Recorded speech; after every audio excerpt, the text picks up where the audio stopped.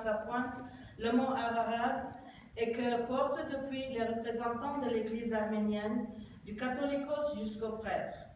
Il avait donné sa soutane et son capuchon à des nécessiteux qui suivaient le convoi. Ils avaient été emmenés en voiture jusqu'aux environs de Djanguri. Gomidas se mêlait à la foule, cherchant à soulager les souffrances comme il le pouvait, encourageant les gens à maintenir leur foi en Dieu. La nuit, il restait seul et marmonnait.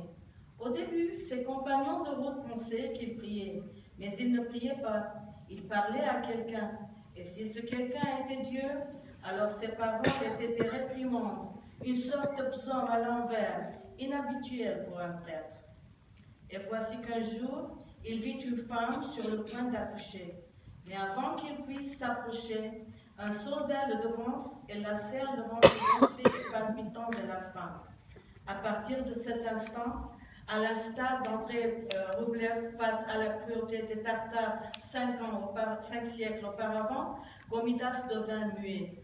Il parla encore une fois. Ses compagnons crurent qu'il s'agissait d'une plaisanterie, mais par la suite ils comprirent que le prêtre Gomidas perdait la tête.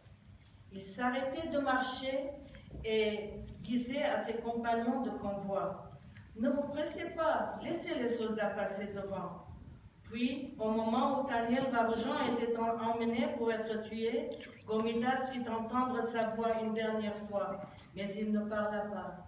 Il chanta, d'abord des psaumes, « Pardonnez-moi, Seigneur », mais d'une voix si sévère qu'on aurait cru que c'était Dieu lui-même qui devait nous demander pardon. Ensuite, c'était le gong, la grue sacrée. Ensuite, quand il eut fini, il éclata de rire. Toute la nuit, on entendait résonner les éclats de ce rire, rauque et nerveux, comme un tissu usé jusqu'à la corde, que l'on déchire et déchire encore, et que l'on plie et replie pour recommencer encore. Beaucoup de gens qui faisaient partie du convoi, dont Daniel Varjan et Siamanto furent tués. Alors, Auguste Bey, ne sachant que faire du prêtre Gomidas, le renvoya à Constantinople parce qu'il ne savait pas s'y prendre pour tuer des gens qui tombaient à ses pieds ou qui cherchaient à s'enfuir.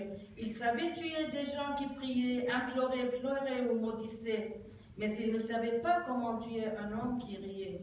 Et Gomidas riait sans arrêt.